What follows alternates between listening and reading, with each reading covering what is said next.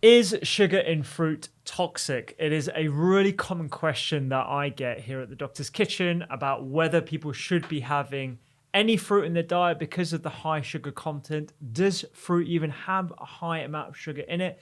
Today, we're going to be doing a deep dive into this topic, talking about which fruits that you should be having every day or every other day, and then which fruits should be treated as a luxury item rather than a daily staple.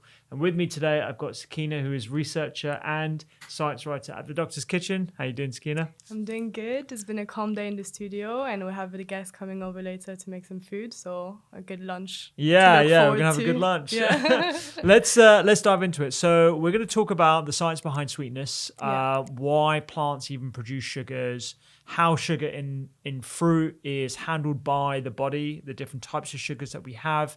We're going to answer this question that is really common, which is, which is better, fructose or glucose, what the differences between those two are, and some tips to enjoy fruits whilst being aware of the blood glucose levels. But first, there are three takeaways from our readings, right? What's the first one in your opinion?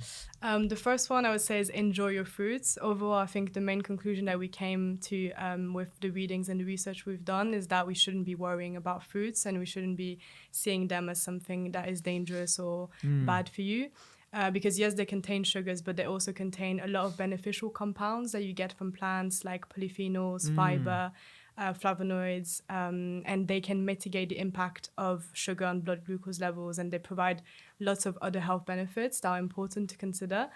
In terms of different types of fruits, focus on whole fruits rather than juice, for example, just for the impact on blood sugar levels and to get fiber and all those compounds. And then you could make a difference between staples like berries and kiwis that you could add to your porridge, for example, in the morning, and luxury items like mango or exotic fruits that are a bit higher in sugar. Yeah. So we're going to separate them out into sort of like autumnal and summer fruits that are like things that you can have perhaps more regularly than the other more exotic fruits. And we're going to go into exactly how much of the sugar is actually contained in those different types of fruits. Yeah. The second thing, I think, is pairing fruits with proteins and healthy fats. And a good friend of mine, Jesse, has been on the podcast talking about putting clothes on your starches or putting clothes on your carbohydrates. And that sort of applies to fruits. So, combining fruits with proteins or healthy fats, whether it's peanut butter or cheese. I know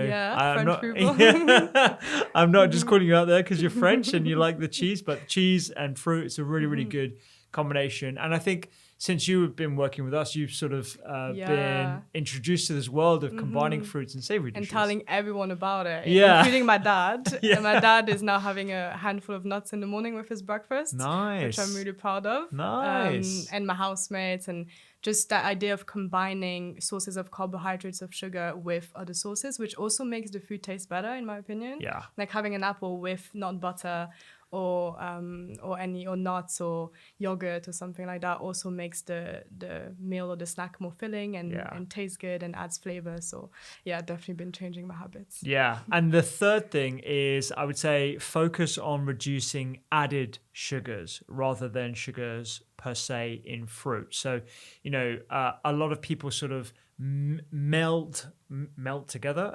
A lot of people mishmash fruit with added sugars, whether that's coming from sweets or candy bars or whatever it might be, but they should be seen as very separate. And there's a lot of organizations, the WHO, that are warning people about the negative impact of added sugars in their diet, rightly so, but that shouldn't be unnecessarily applied to whole fruits, which as people listening or watching this on YouTube will find out a little bit more about why that is not the same. Yeah, I think it's a really important example of context matters, and trying to move away from simplistic views of nutrition where a nutrient is deemed as bad or good. Yeah. And so we want to ban all foods that contain it. We're trying to add a bit more nuance and make sure that the context and the food source is more important than one component of a food. And it's about the dose and the context, what the food comes with. So it's kind of adding a bit of nuance to the discussion, which helped me move away from fear-mongering and kind of being scared of eating foods and worrying too much. Exactly.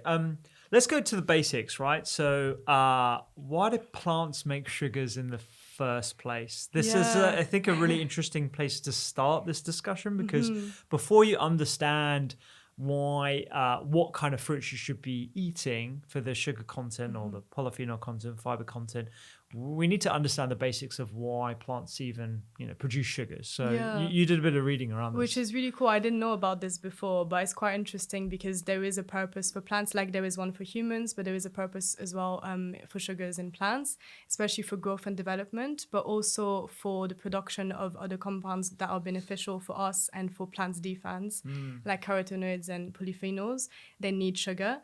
It's so important for plants that they even have processes in place to regulate the production of sugar. So it is an essential element of plants' growth and development that we shouldn't overlook, and we can't just deem it as bad because they have a purpose for humans and plants. So I think that was quite interesting to read about. I don't know about the processes and the pathways and all of that, but I would want to know because it's quite cool. Yeah, definitely. And I think, this begs the question as to how plants have been bred over the last, a few hundred years to change their sugar properties. And I know anecdotally from friends of mine that are involved in the agricultural industry, it is possible to manipulate growing conditions, whether it's the soil, whether it's the temperature, whether it's the actual plant itself, the crossbreeding, and the different types of seeds that we now have.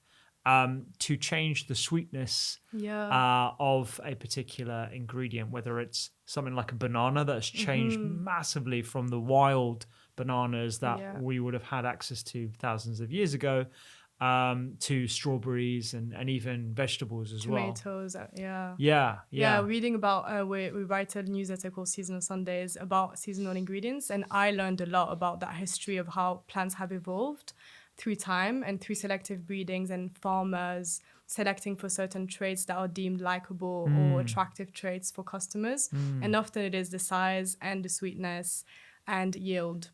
And so throughout generations of selective breeding, plants have evolved. And I don't know what the impact of that is on how we metabolize those fruits and compounds. So the likelihood is that we have probably increased the total sugar content of fruits, for example, particularly in the case of things like bananas and berries and other ingredients like apples and pears. However, the extent to which those total sugars have increased is not comparable to, the processed foods and the candy bars that a lot of people have likened to. I know you were in a sort of difficult situation when somebody was telling you about how like an apple is the equivalent of a sugar bomb. And, that's just categorically not true. We have polyphenols in apple, we have fiber in apple. There's a whole bunch of other benefits that you have when in a whole food compared to like a candy bar or processed food. Absolutely. So that's definitely something that I think we want to underline, despite the fact that, yes, breeding practices have changed the sugar content of the ingredients. I think one thing to sort of rule of thumb is we're going to go through some of the fruits and the different sugar quantities. But in general, the bitterness that corresponds to the powerful antioxidants and polyphenols that we find in vegetables, for example, has been muted in a lot of cases. That's why broccoli probably would have tasted a lot more bitter back in the day, like wild broccoli, for example. I think there was a study comparing wild and cultivated apples, and they from memory, so I would have to double check that. From memory, it was the acid component that was different rather than the sugar component. Which is quite interesting. So I think you're right. It's more of a decreased acidity compared to maybe an increased sweetness in some cases, at least. That's a really interesting sidebar. Maybe we should talk a bit about that because most people would assume that the sugar content is the only driver of sweet taste, but it's interesting, like you mentioned, there are other volatile compounds that also correspond to the sweetness that we actually taste. There was a study looking at the impact of those volatile compounds, so compounds that create aroma on the perception of sweet taste. I think it was apples, yeah. And they found that volatile compounds can explain up to 33% of the 33% yeah, of the perception of sweet sweetness. taste. So it means that you can taste a food as sweet because of those aroma compounds that create this perception of sweet taste, but it doesn't mean that it doesn't correlate exactly with the amount of sugar in the food. Or which I think is quite interesting, and I had no idea about. I assumed that sugar means sweet taste, and that's it. But it's not the end of the story. Yeah, so there's this complex sort of array of components of our food that actually correspond to the perception of sweetness. So if you do taste something and it tastes really, really sweet, it doesn't automatically mean it's like full of all these different types of sugars. Yeah. It could actually be these volatile compounds that explain a massive amount. If you think about it, like, there's an opportunity there to create a different type of fruit, let's just say, like an apple, that tastes sweeter but actually doesn't change the total sugar content, whether it's a monosaccharide that we'll talk about and explain in a second, or a disaccharide like the glucose, fructose, and sucrose quantity, but just the perception of sweetness. There's somebody out there who's got to be listening to this, who's got to figure out a way in which to increase the sweet perception without the total sugar content. There's an opportunity. Well, you're an innovative mindset, because that study published in Nature actually concluded that those non-sugar sources of sweetness can be used for improving flavor and attractive traits without increasing the sugar content. So amazing. I think people are already looking into it, which potentially could have other issues in terms of selective breeding, and maybe we also need to learn to appreciate foods that are not too sweet. Yeah. But it is an interesting way to breed plants in a more advantageous way for our health, potentially. Yeah, so it has been, that study is looking into it. It's quite an interesting one, so we'll link to it. We're going to do like a deep dive, I think, into taste and perception. Yes. And, how all these different things impact our enjoyment of food, including things like texture and combination of food and stuff. Yeah, for so sure. I think that's a real interesting area that a lot of parents know too well, because a lot of kids are like sort of averse to that sort of alkaline bitter taste, with reason. There's an evolutionary reason, but that sort of training of your taste buds is very effective, and it can take as little as a couple of weeks to completely change your perception, right? Yeah, we definitely need to look into it. Yeah. It's super interesting. So interesting. Let's talk a bit more about the actual amounts of sugar in these different ingredients. So if you're watching on YouTube, we're going to pull up this a table with the different types of fruits and the total sugar content, as well as the types of sugars that are broken down there. But if you're listening, we'll talk through this. Let's look at some of the sugar content in these different fruits. Talk us through the different spectrums of fruits that we have here, from berries and kiwi to the more exotic ones. So we were talking about kind of categorizing fruits in terms of summer or more hot weather fruits like berries in the UK, and then autumnal or winter fruits like pears and apples, and then more exotic fruits for the UK. So those that we import, like bananas, mango, grapes, grapefruit, kiwi. And so we looked at the sugar content using a UK database. So obviously nutritional content varies greatly. It does a lot. So, which we've learned. Yeah. But basically fruits contain from 5 to 10, 12 grams, sometimes 18 grams like banana of sugar per 100 grams. But compared to a food product with added sugar, like a candy bar, for example, that's still quite low. A candy bar would be like 48 grams per 100 grams. So it's still not comparable to that. Yeah. Just to underline that point, so literally if you imagine, let's say an apple that is around 80 to 100 grams, but let's assume that's 100 gram apples versus 100 gram chocolate bar, the amount of sugar in an apple is, in this case, almost 12 grams per 100 grams of that material, versus a chocolate, which is almost 50 grams. So like a very, very different, big difference in the total sugar amount.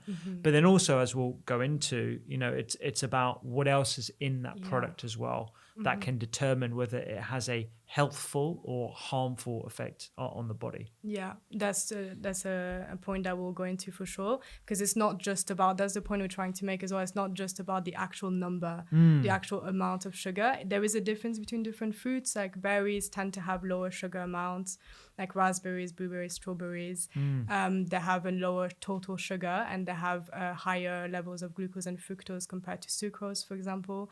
But then exotic fruits like banana, mango, lychee tend to have higher levels, like 18 grams for banana or 10 grams per 100 grams for mango.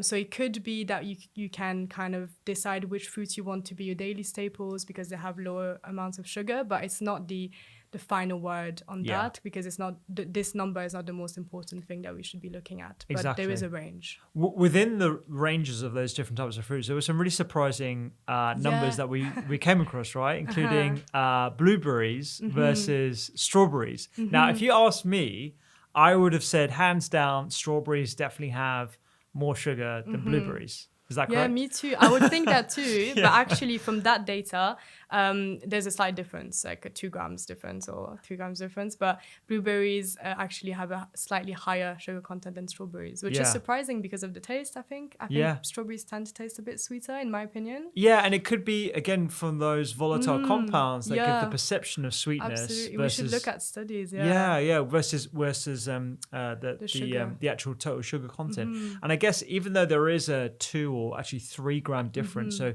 strawberries have 6 grams of sugar, total sugar per 100 grams. Blueberries have 9 grams per 100 grams. The fold difference is 50%.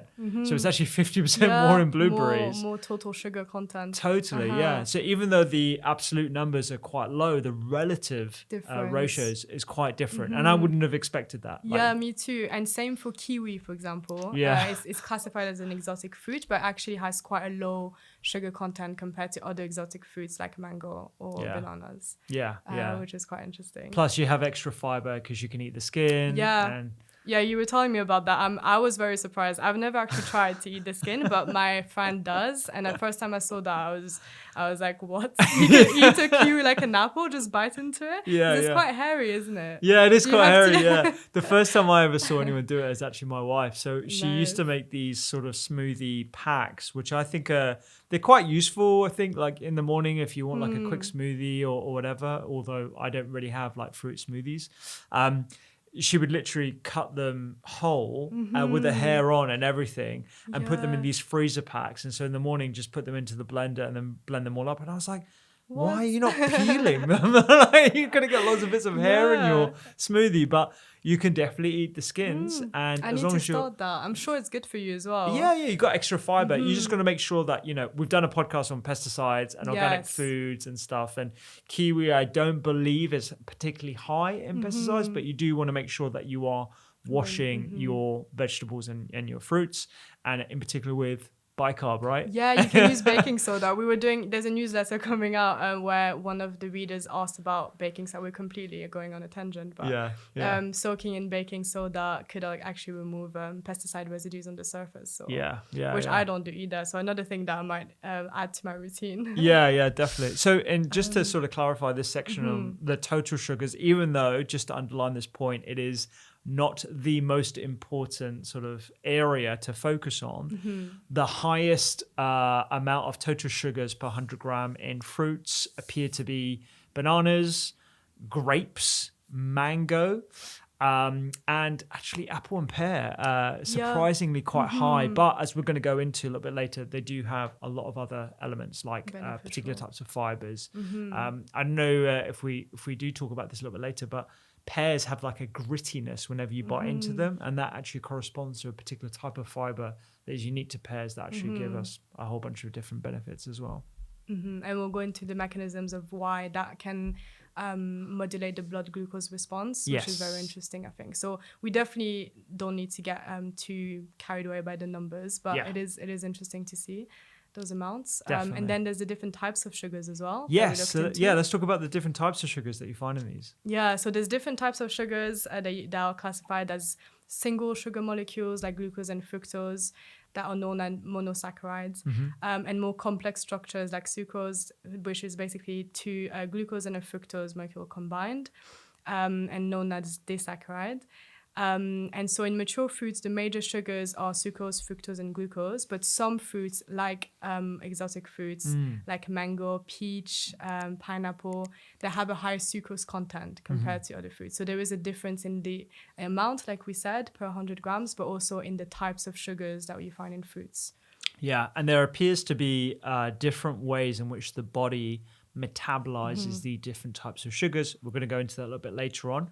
But overall, we can't really say that a particular sugar is healthier than another one, just that it is metabolized slightly differently. I know there was a trend toward like people saying, particularly like 5-6 years ago, that a natural sugar like honey or agave is better for you than, you know, table sugar. And whilst it has marginally increased amount of antioxidants and some other attributes, I can't say that that is a true statement, because it really does come down to dose. Yeah, and the food itself. Yeah. I think more than the type of sugar, being one sugar is bad and the other is good, it's more about what the food is and what other things it comes with, what do you eat it with, and this whole matrix effect that is more relevant, I think, to talk about. Yeah, definitely.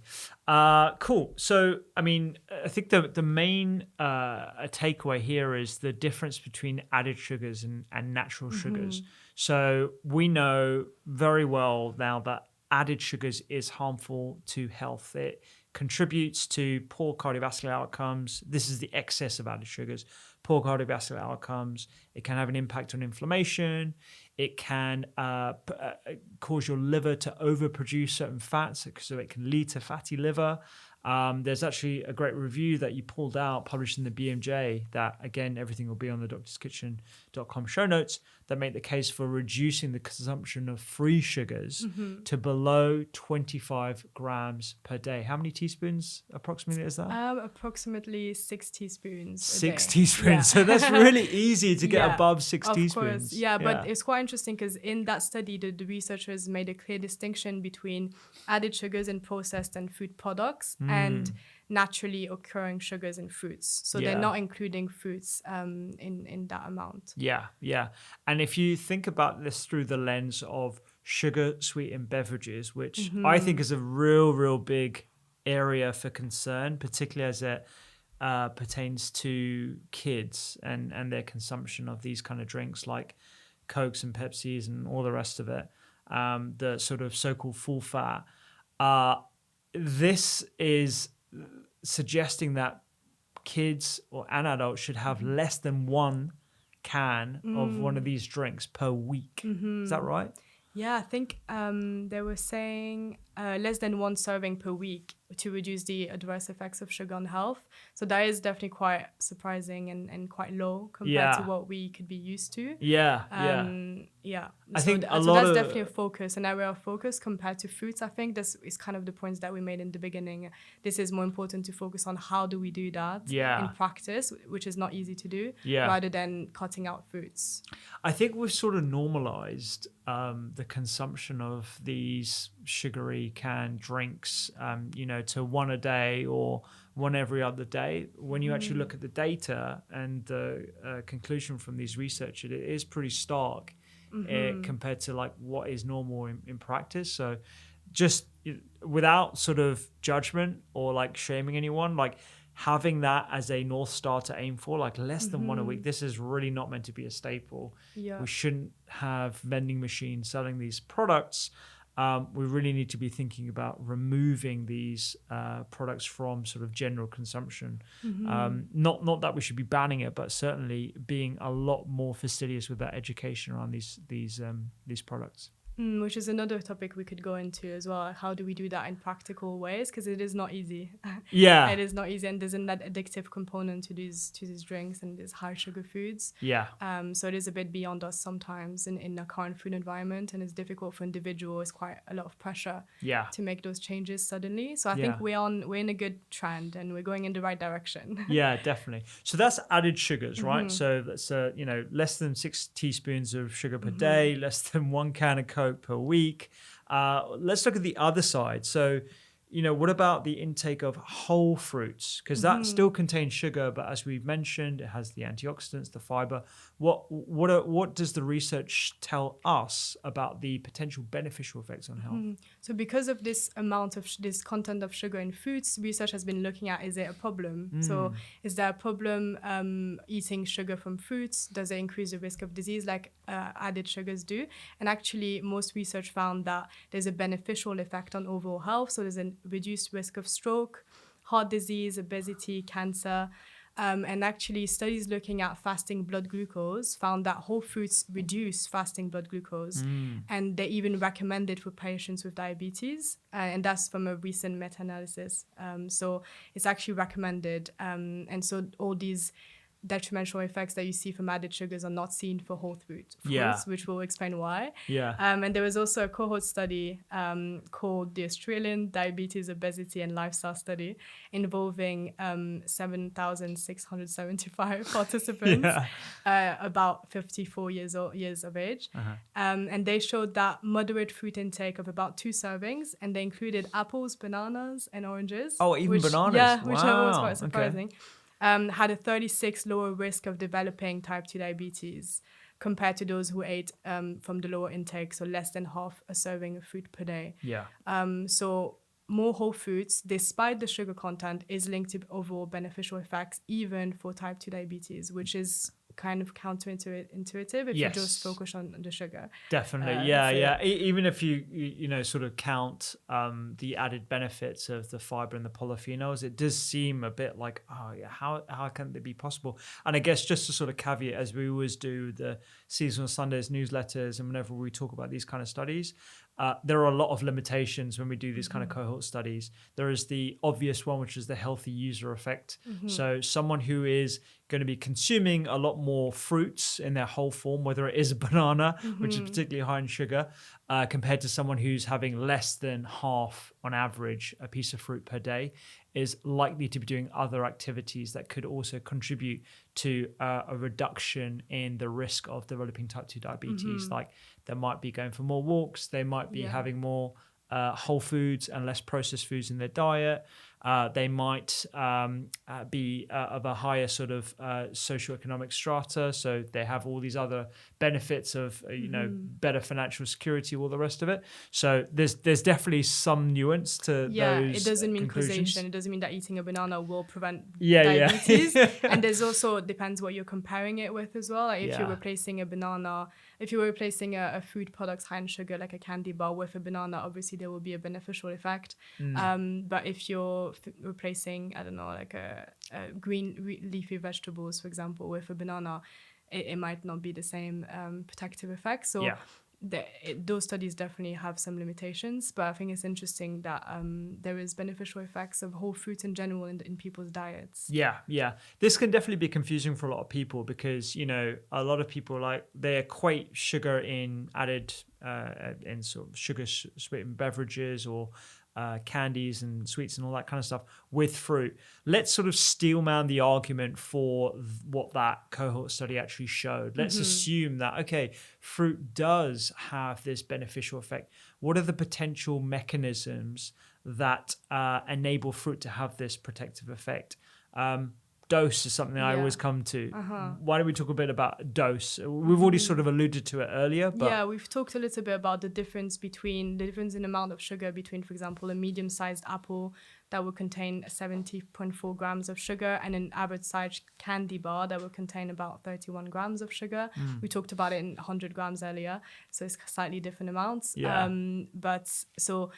In terms of amount, the difference between a whole fruit and a food product is quite significant. So that's one thing. One of the first differences between whole fruits and added sugars, but there's more. There's definitely more. So I think the second thing I always want to sort of push toward people is this idea of the food matrix. So fruits versus processed foods, very, very different, despite, let's say, they had the same amount of sugar, because you're also consuming the different types of fibers that will blunt the absorption of that sugar into your digestive tract and then into your bloodstream, where it can be processed by the liver and the other sinks like muscles and fat cells.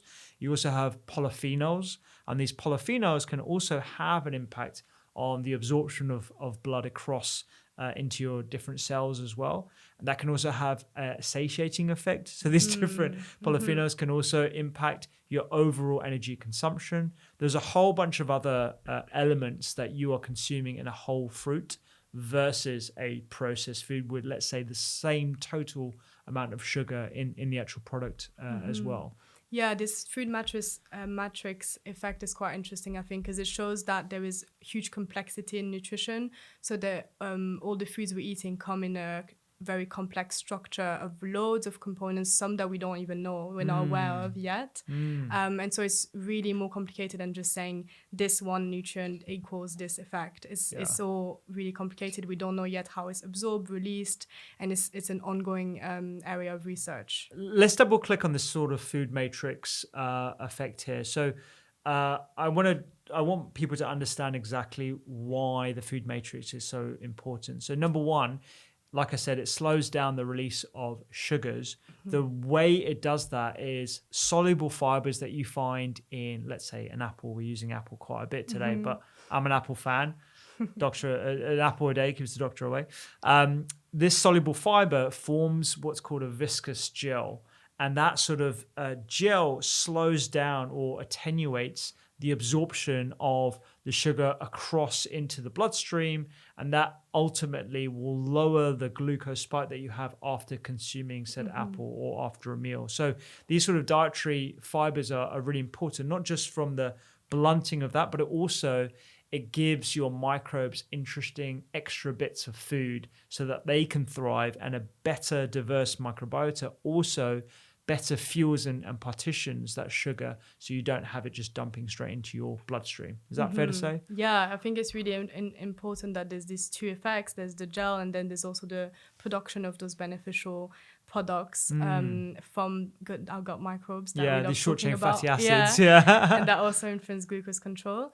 And then polyphenols also can have an impact, because we talk a lot about fiber, but polyphenols also can have an impact on blood sugar levels, which I also wasn't really aware of the exact mechanisms before.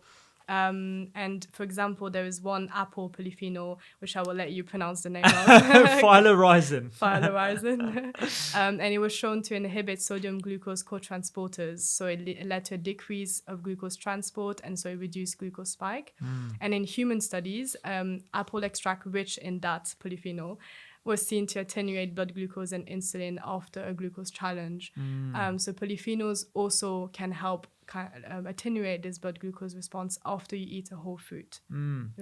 Which is very, very which is super interesting. And there was some elements of the glucose podcast that I did where I talk about reducing insulin resistance. And insulin resistance, as a reminder for people, is one of the mechanisms by which type 2 diabetes or poor glucose control can appear.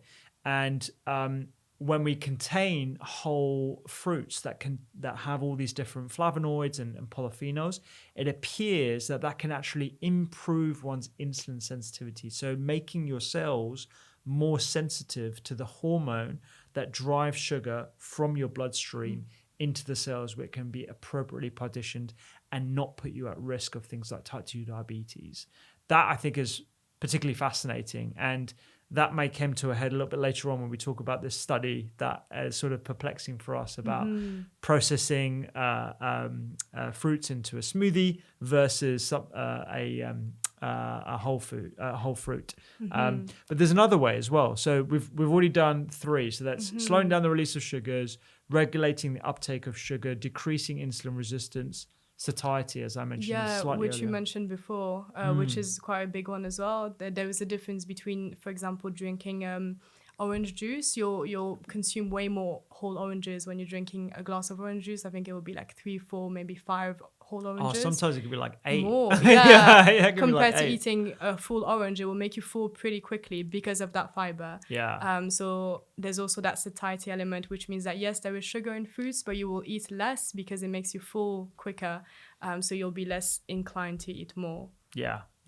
And I think part of this whole matrix of ingredients that you're consuming with the fibers and all the other elements that you find in like a whole apple or orange, will show that it can increase the production of short chain fatty acids by improving the diversity of your microbes as well. So just to sort of underline the point that it's not just the sugar a dose and the impact on insulin resistance.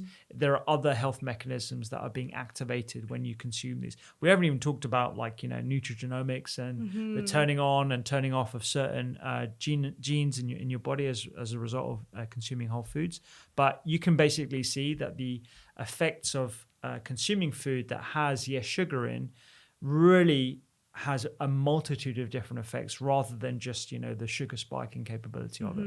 Yeah, so zooming out about just the sugar and seeing that it also supports overall health, which is good for your body's ability to handle the sugar as well. Yeah, as I know I'm going to get asked about it. Yeah. People will say, okay, but what about fructose? Now I've heard fructose is bad because it mainlines to the liver. It's processed slightly differently. It's worse than glucose because, it essentially is absorbed by your body in a different way that can be overall negative. What about fructose? So I looked into it a little bit because, there is a quite bad reputation of fructose. So fructose is a simple sugar, exists naturally in foods in either free form or one-to-one combination as sucrose, like we talked about. But actually, a recent meta-analysis of human studies concluded that chronic consumption of fructose is neither more beneficial nor more harmful than equivalent doses of sucrose or glucose for glycemic and metabolic outcomes. Okay. So there's not enough evidence right now to say that fructose is more harmful than glucose, for example. But there is a bit of nuance in that, and there's a bit more complexity to that we can go into as well. Yeah, because it seems like we've alluded to earlier, it really does come down to dose, right? So depending on the amount of fructose that you are consuming, and just to sort of underline this point, a lot of sugar sweetened beverages do have fructose as the main ingredient, this high fructose corn syrup, or there are a number of other names for it. I think there's something like 100 other names for these kind of syrups that are added at very high concentrations that does appear to have a negative effect, but that's really down to the dose rather than the fructose itself, right? Yeah, because it gets very quickly into your bloodstream in those doses. So consuming too much fructose in a short period of time can overwhelm your capacity to handle the fructose, and then it spills over into the liver. Yeah, so it's this sort of spillover effect. Yeah, this spillover effect, which is the dose that has a negative health effect, not really the fructose itself. Like we said earlier, we can't really say right now with the research that one sugar is worse than another or bad for health. But that high dose that we find in those fructose syrup and added sources is what would be the issue driving health problems. Yeah, so it seems that, I think I like this idea of the spillover effect, because if you have a bucket and you empty that bucket, let's say every 12 hours, as long as you keep to the dose that your bucket can hold, it's okay. If you start adding in multiple bucket loads of fructose in this case, such that it spills over the sides, the spill over the side is going to cause a leaky floor, and that's going to cause mold, and that's going to cause like a disruption to the integrity of your floor, and then it's going to. So that's a glib example of exactly what is essentially going on in your body right now. Yeah. If your body does have the capacity to hold some amount of fructose and remove that fructose every 12 hours, let's say, in this example, but it's the consumption, is the overfilling of our buckets that leads to these poor health effects, which I think is quite reassuring. And we talked about it even in sense of, for example, when we talked about aluminium and nitrate, and a lot of the compounds that are deemed bad for us, we have an ability and a capacity to handle them, which for me was really reassuring to read about those mechanisms that the body has to either remove or handle, manage, store compounds that can be harmful at a high dose. Yeah. So low doses were defined as less than 10 grams per mil, which is equivalent to levels obtained from a fruit. Okay. So there was an animal study that I thought was quite interesting in terms of the mechanisms of how that said that the gut may help to shield the liver from damage by breaking down the sugar before it even reaches the liver. So we often talk about the problems of spilling into the liver and causing liver buildup and damage. But actually, at small doses of less than 10 grams per ml, maybe it will never reach the liver, according to that animal study. And the gut will help protect and prevent fructose from reaching the liver in the first place. That makes a lot of sense because, there are enzymes like fructokinase, for example, that are actually expressed in the small intestine. That was news to me because I thought that only happened in the liver. But the fact that you can break down these products in the gut such that your liver does not become overwhelmed, that's really interesting. Yeah, I thought so too. I'm sure you need human studies to confirm those mechanisms, but it was published in Nature. And so it's quite an interesting mechanism that could be reassuring to know that at low doses, we shouldn't be worrying too much about fructose, especially from fruit, because it's so low. Yeah. There also is this interesting catalytic effect of fructose that, again, was news to me. I remember sort of coming across this during my master's about fructose potentially being beneficial for glycemic control. At low doses. At low doses, At low doses of less than 10 grams. Yeah. There was a clinical study involving healthy individuals, but also people with diabetes. And they found that small doses of fructose of less than 10 grams reduce glycemic responses after a meal by about 15 to 30%. So that's low doses because it could stimulate the activity of glucokinase and increase the storage of glucose. So it's kind of nudging your body to, Isn't that crazy? to do its job. Yeah. Which I also thought was very surprising. And it's really this dose matters and context matters argument that we're seeing. So like there's like a little phrase that my mum always tells me, like a little bit of sugar is not bad for you, it's actually good for you. And I was like, Mum, honestly, like minimize the sugar as much as possible. Again, I'm probably gonna get an I told you so, right?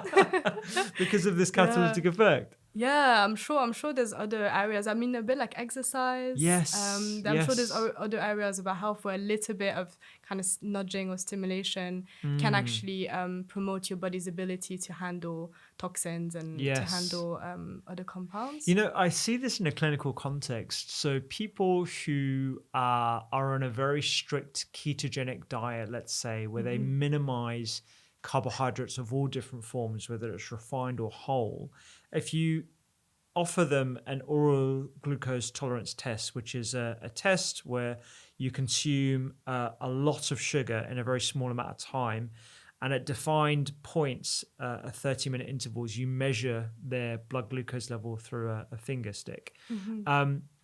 Often you'll find that they've lost their tolerance of sugar, such that their body doesn't know what to do with the sugar, and it just goes straight into the bloodstream, and it measures as if they are at diabetic levels, despite not having any carbohydrates in the diet. And I feel it's somewhat related to a lot of these different mechanisms that we've just been talking about. Not only the catalytic effect of fructose, but also the fact that you've got some microbes in your gut that, if they are stimulated enough, they will start breaking down certain sugars and ensuring that they are partitioned into the cells appropriately before they go to your liver or before they end up in your bloodstream. I find this is why, nutrition is very, very complex, and it can't be boiled down into these sort of sound bites that you hear on the internet. For sure. And we can't just demonize compounds or increase fear, because actually there is a lot of complexity to it, which we're still understanding. Like, a lot of these studies are small studies or animal studies, and we're still exploring and understanding these mechanisms a bit more. You also had like the study around the fructose source from natural fruits versus soft drinks. Now, this is particularly interesting because I think this sort of highlights the point about the source of fructose, how it's added to a product, and how you can't compare fructose in an apple versus fructose in a sugar-sweetened beverage, even though they are exactly the same molecule. Yes, the context matters as well. So, totally. Like we said before, what else comes with the food has an impact. So this study indicated that there's a clear difference between fructose from natural fruits and fructose from soft drinks, because most fruits only contain small amounts plus all the other compounds that we talked about and that have the effects we talked about in more detail earlier. So there is a clear difference of context, dose, and how quickly it gets into your body. Yeah, you would basically have to eat a ton of fruit to have the same detrimental, harmful effect of. And you wouldn't. And you wouldn't. No, it's too much. You'd be way too full. And you'd probably get diarrhea. Yeah, as well, and you'd be super full. Like, you'd be very full. Yeah, you'd be very, very full. Juice. Yes. Yeah. This is something I always get asked about fruit juices. Should you get veg juices rather than fruit juices? I have opinions on veg juicing that I have to admit are probably not as informed as they should be. That veg juicing is generally going to be okay because it doesn't refine the sugar like fructose that you find, and you're getting some of those other sort of beneficial bitter compounds. That's probably a topic for another day.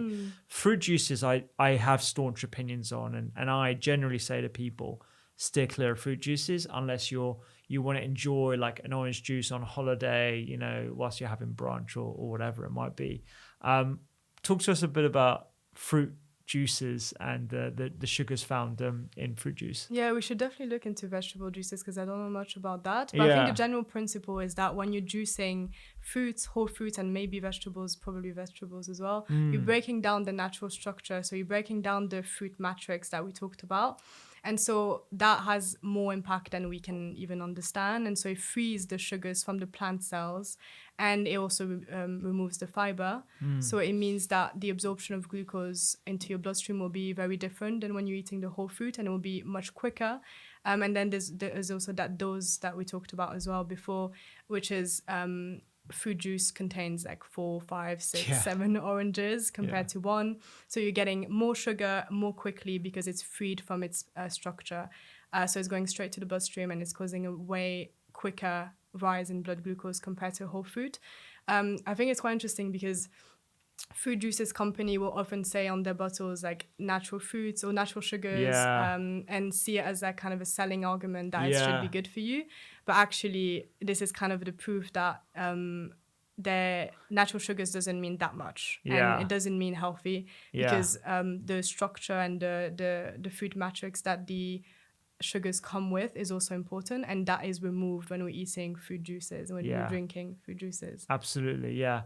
Now this brings us on to a perplexing study that we came across looking at 20 people, because using the same logic that you've just articulated right now about, okay, the more you remove fiber, the more you disrupt the matrix, the higher the likelihood that you are introducing a processed product that's going to be harmful, quote unquote, into your body, or more harmful because of the impact of sugar in your bloodstream. There was a study looking at 20 people, and they randomized them to blended fruit and whole fruit, and they measured their glycemic response. I would have said whole fruit, you know, that wouldn't have spiked their blood sugar as much as the blended fruit. What actually happened? Yeah, they actually found the opposite. Surprise. So actually, it's quite surprising. They found that blended fruit resulted in a lower glycemic response compared to whole fruits, which is a bit counterintuitive for me. And obviously, it's a very small study. It's only 20 participants, and it was published quite recently.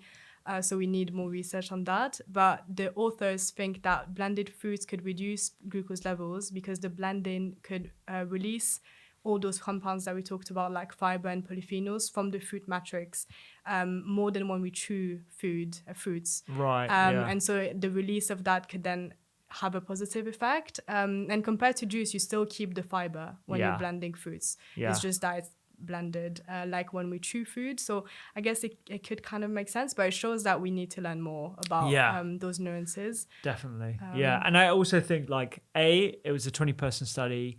B, it hasn't been repeated, not so that I can see. And I think one of the sort of hallmarks of proof within, if you use the Bradford Hill criteria, for example, you know, you have to have it replicable. It has to be replicated in multiple different centers, not just the same center or the same researchers, but from people from, you know, ideally different institutions in different countries. This hasn't been repeated. So I say this with a lot of reservation, but that is really surprising Interesting. that you'd see that even in 20 people. You know, I wouldn't have, I would have lost my money if that was a bet. Yeah. So look, as a general rule of thumb, I would say whole fruits can be considered a healthy addition to our diets, even if they contain sugar. But what about sort of all different types of fruits in that sort of context? Because a fruit is not a fruit, it's not a fruit. They're all different types, right? We just talked about grapes and bananas versus berries. Tropical fruits. Is this something that we should be avoiding? So we would say kind of yes because of the amount of sugar, but then there's actually, I think is another topic of debate, because there's also a study that a human trial that compared fresh mango compared to isocaloric low-fat cookies. Okay. So it all comes back to this idea of context and what you're comparing it with. So compared to isocaloric fresh low-fat cookies, fresh mango reduced blood sugar levels, which is expected. So we still can't say that, you know, it's bad, completely bad to eat tropical fruits. Yeah. There's even a systematic review that suggested that all sources of fruit, including tropical fruits and dry fruits, were associated with a reduced risk of cardiovascular disease, that is comparable to that of vegetables. And the authors even went as far to suggest that preventing people from eating certain fruits like tropical fruits could cause unintended harm, because preventing people from meeting their fruit and vegetable requirements. Yeah. So I think we shouldn't be demonizing tropical fruits because they have a higher sugar amount, which is the conclusion that these researchers came to. But they do have a higher sugar content compared to other fruits, like we talked about in the beginning. Yeah.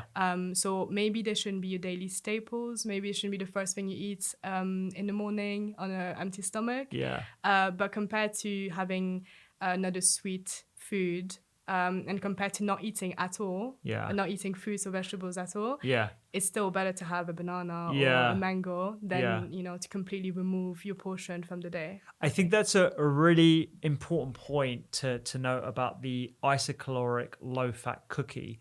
So a lot of people would demonize perhaps the fruit because of the sugar content and opt for something else that is processed, that has perhaps low fat or healthy on the packaging. So if you have an isocaloric, that's a funky word for saying is like the same amount of energy. So you have let's say a banana or a mango, and you have a cookie, and they are the same amount of calories. Let's just call them 100 calories. They have the same amount of sugar because the cookie is low fat, and the banana or mango is relatively higher in sugar compared to other fruits. The fruit does better than the isocaloric cookie because of all the other attributes that the cookie just will not have, because it's a refined processed product. So I think when you're at the counter or you're grabbing a coffee and you're making that decision between something that you need that is satiating or something like a snack that you want, and you are looking at a sort of well packaged in dark green sort of processed food, but it actually has like healthy or low fat on it, compared to the banana, let's say, or the apple that doesn't have any of those sort of funky labels, you really want to be opting for the whole fruit in that context, let's say. In that context, it's definitely a better swap, I think. Definitely. If you're craving something sweet, then obviously, like, love cookies. Yeah.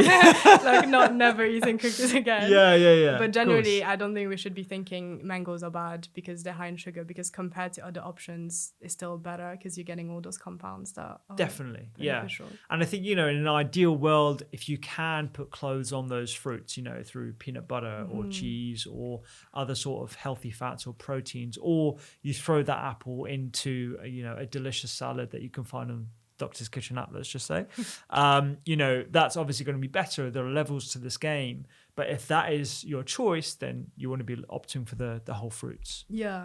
So food combinations, I think is an interesting point that you talked about in that podcast that you did on glucose hacks. Yes. So I didn't go into the mechanisms and the studies on that, but I think you went into details about it in that pod and the one with Jesse as well. Yeah. I think a general thing would be those tropical fruits can be more of a dessert or more of a sweet luxury treat, and then our staples would be lower sugar fruits like blueberries, strawberries, blackberries, kiwi, citrus fruits, frozen blueberries when it's out of season. Yeah. Because otherwise it's really expensive. Yeah. And then what you eat the foods with, or food timing as well. Yeah. So eating those fruits with sources of protein and healthy fats to lower that glucose response as well. Yeah. So there can be kind of strategies of how you eat foods if you are worried about glucose response, and to just make the meal a bit more complete in general. Yeah, for sure. Okay, so let's wrap up and have 3 key takeaways. So I would say, as a doctor, as someone who is interested in trying to increase the nutrient density of people's diets, eat your fruits. For the majority of people, I don't think you should be worried about eating fruits. There are certain circumstances where people are on strict ketogenic diets for therapeutic reasons, or they're on low carb again for therapeutic reasons. I can see the rationale for removing high sugar items from one's diet, but for most of us, we need to be aware of our sugar intake, but not aware of our fruit intake. And there are levels to that as well, which I guess is the second point about whole foods and the benefits to health.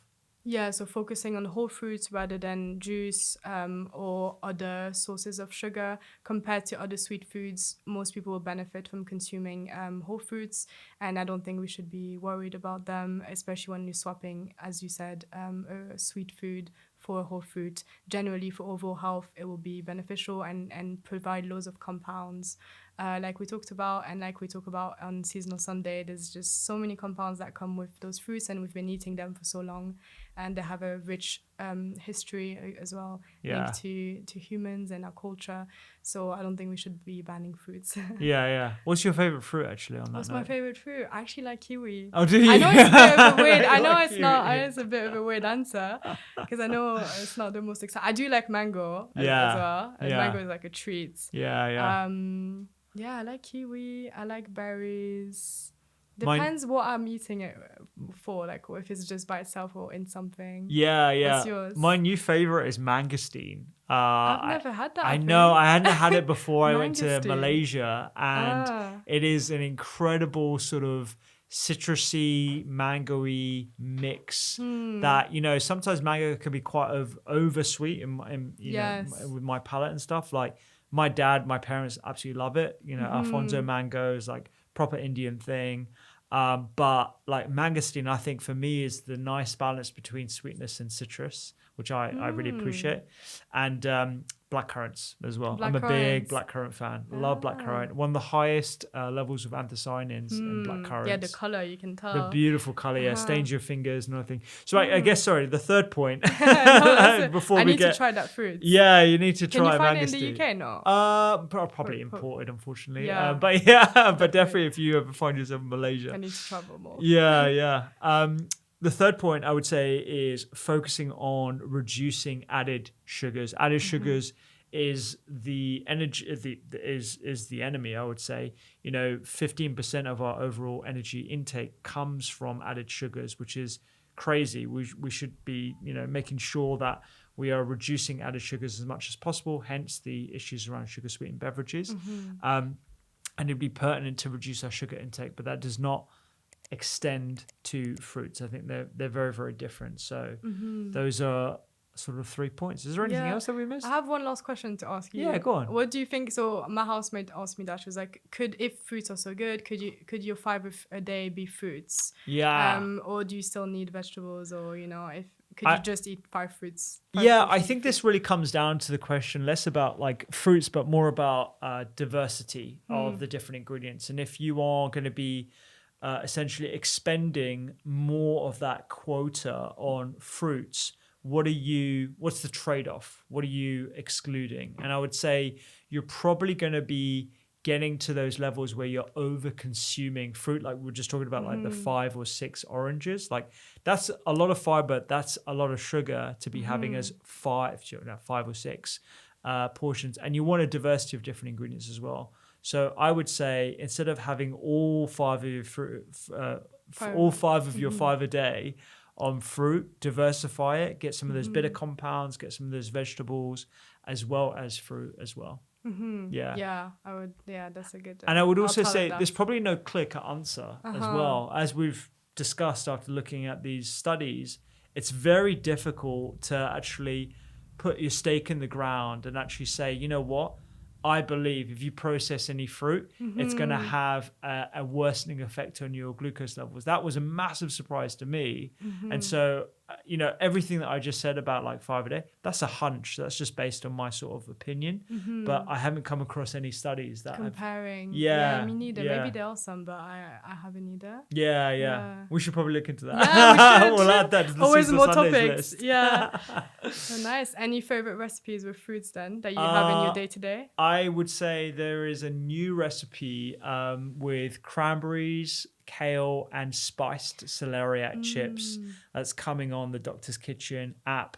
And that's going to be a perfect sort of celebration side dish for Christmas or Hanukkah or New Year's or whatever you're celebrating at that time of year. I think it's wonderful. And it's got these dry goji berries that we soak and all scatter them over the kale and everything. And it's a delicious way of enjoying veggies because you're getting all those different fats, because we're adding nuts to it. You're adding all the different types of fibers from the kale, and you're having celeriac, which is like one of those underutilized ingredients with the spices. And it's got cinnamon in as well. And we know cinnamon has a glucose blunting effect. Yeah, that's another thing that I don't know if we mentioned in terms of combining fruits, putting them in savory meals, which I never do. Yeah. But I really want to start doing that, just throwing pears and apples into my stews or my salads and stuff like that, because that's another way to eat fruits and add a sweet touch to meals. Definitely. Without only eating the food by itself. Yeah. So that's another thing I think to add to my habits. Definitely. It's something I put in my diversity bowls every day. If you like that video, then you will love the full library from the Doctor's Kitchen podcast. We talk about inflammation, immune health benefits, and much, much more about food as medicine, including this video right here that you can click through right now.